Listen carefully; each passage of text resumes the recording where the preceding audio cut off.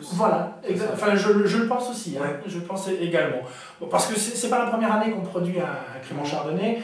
On distingue le chardonnay depuis 1989. Vous voyez, ça date. Et c'était surtout un produit d'export parce que le mot chardonnay était assez connu. Et aujourd'hui, je pense qu'en lui-même, il a vraiment pris ses lettres de noblesse en Alsace. Ouais. Et ce produit est maintenant connu pour lui-même et maintenant on le vend au domaine. Alors qu'au début, c'était vraiment un produit spécifique export. D'accord. Alors en bouche.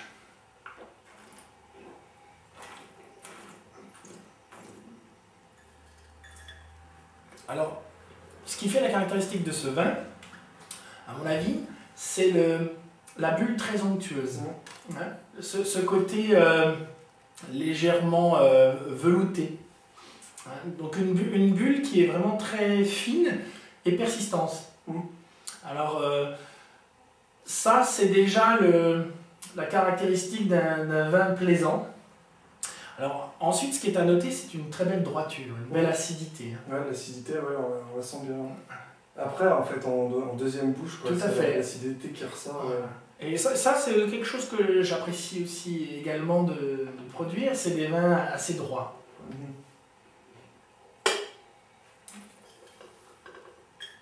Alors c'est un produit qui n'est pas trop dosé, donc on se retrouve uniquement avec 7,5 grammes de sucre restant, donc c'est un brut, et on le sent bien au niveau dégustation. Hein. Et c'est un produit qui est aussi très rafraîchissant. Oui, c'est ça, c'est aussi, il y a aussi une petite complexité, mais c'est vrai que c'est facile à boire, c'est convivial, quoi. C'est ce qu'on attend d'un crément, c'est du fruit, ce côté goulayant, onctueux, et vraiment c'est un produit qui fait une belle synthèse et qui tient bien sa promesse. Ça réunit un peu tout le monde, quoi. Ça peut réunir l'amateur de vin qui cherche toujours des choses compliquées, c'est vrai, et le non-initié qui boit, qui va apprécier, parce que c'est vrai que c'est agréable, quoi. C'est du vin agréable, plaisant. Ce produit, c'est vrai, fait l'unanimité. Hein. On a très peu de gens qui ne jugent pas bien, donc on en est vraiment satisfait. Bon. Donc, ça c'est un produit qui est connu. Maintenant je propose une curiosité. Le crément mystère alors. Voilà, le crément mystère. Alors ce crément mystère, c'est la première fois que c'est réalisé. Au lieu de faire une simple fermentation cuve puis une fermentation en bouteille, et dans notre cas on a 2 fermentations en bouteille. 2 fermentations, d'accord. Alors on va expliquer un petit peu. Qu'est-ce que ça va donner? Qu'est-ce que ça change? Alors d'abord, peut-être je vous explique comment il est fait et puis après pourquoi. D'accord. Alors comment il est fait? Comme tous les créments, il y a une récolte. Le vin est souvent mis en bouteille fin d'hiver, début printemps. Et il part pour une fermentation en bouteille. C'est comme ça que la bulle est acquise. Et il doit rester au moins 12 mois en bouteille avant d'être dégorgé et commercialisé. Dans ce cas-ci, moi je me suis fixé des règles personnelles. J'ai dit, on va faire 2 prises de mousse. Donc une première prise de mousse où je m'oblige à être 18 mois sur latte, c'est-à-dire avec la levure en contact avec le vin. D'accord. Et au bout des 18 mois, au lieu de faire un dégorgement, on repart avec des levures et du sucre bio pour la dernière prise de mousse. Alors, ce produit ne va pas être plus fort en alcool. La seule chose, c'est qu'on met une demi-dose à chaque fois. Alors, la première prise de mousse, c'est son sucre naturel, qui vient du raisin. Et bien sûr, comme il va avoir consommé après la première prise de mousse tout son sucre, pour la deuxième prise de mousse, il faudra en rajouter. Voilà. Donc, l'objectif, c'est d'avoir 2 fois l'impact d'une population levurielle. Tout au début, avant de chercher à faire ce produit, j'avais vraiment comme idée de faire un produit de garde, très franc, très droit, beaucoup d'acidité. Donc c'est pour ça qu'il y a 80% de chardonnay. Alors, mon idéal, ce serait 50% de chardonnay et 50% de pinot noir. On n'a pas encore la surface de pinot noir adéquate, Ouais. donc j'ai préféré pour le moment rester sur 10% de pinot noir et 10% de pinot gris. D'accord. L'objectif, ce serait d'avoir un produit droit, sans dosage, sec, mais ample.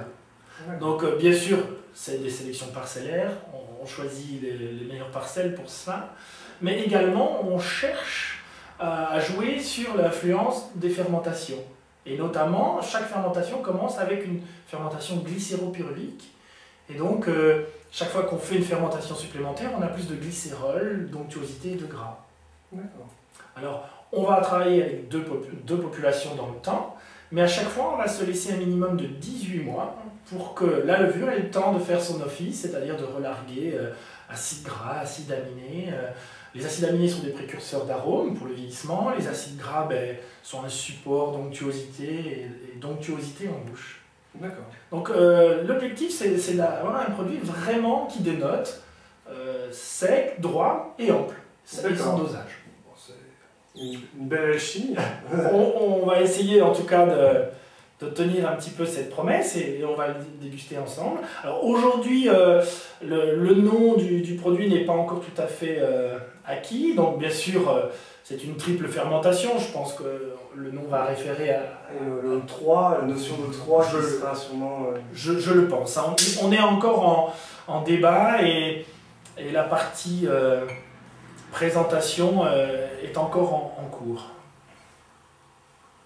Donc ça sera disponible d'ici combien de temps? Notre objectif, ce serait pour les fêtes de fin d'année. D'accord. Voilà. Mais bien sûr, on vous tiendra informé. Hein. On vous remercie de votre confiance également aujourd'hui. Donc on vous tiendra informé dès que le produit est disponible et avec son image définitive.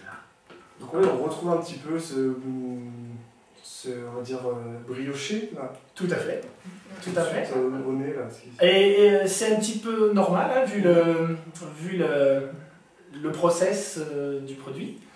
Alors, on a ces notes briochées de viennoiserie, et puis on a aussi ces notes minérales, ces notes un petit peu chaudes. On sent que le produit commence... Enfin, c'est un 2007, hein, donc on est bientôt 3 ans après sa production. Donc ce 2007 commence doucement à, on peut dire, patiner. Hein. On sent que tout doucement, on a ce côté vieillissement qui va apparaître. Et là, on est allé sur 12,5, donc c'était vraiment quelque chose d'intéressant. En plus, on est sur le millésime 2008 qui a de très très belles acidités. Alors on va pouvoir en juger aussi en bouche.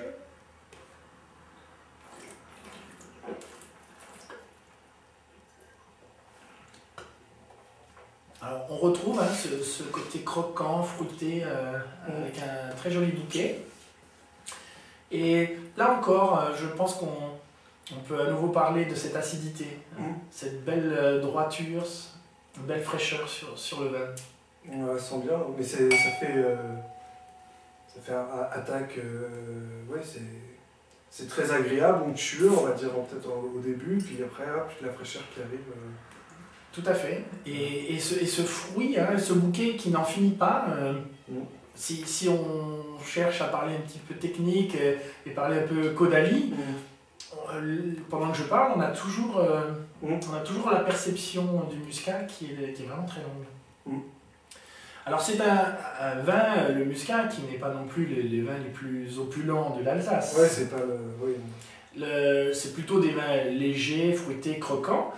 Mais là, sur ce produit, je trouve qu'on tient bien la promesse. Et ça, pour moi, c'est très important. Que les produits soient à la hauteur des attentes. D'accord. Oui, c'est vrai que... Donc le prochain, c'est le Riesling, hein, c'est ça? Tout à fait. On voulait présenter... Oui, on a parlé de deux grands crus, mais je crois que ça en avait 3. Nous avons 3 grands crus. Hein. On a essayé aujourd'hui d'être un petit peu concis, précis. Donc le Glöckelberg qui manque là sur la table, c'est un produit qui est vraiment tout jeune, tout récent. Donc je pense que, même il vient juste d'être mis en bouteille, je pense que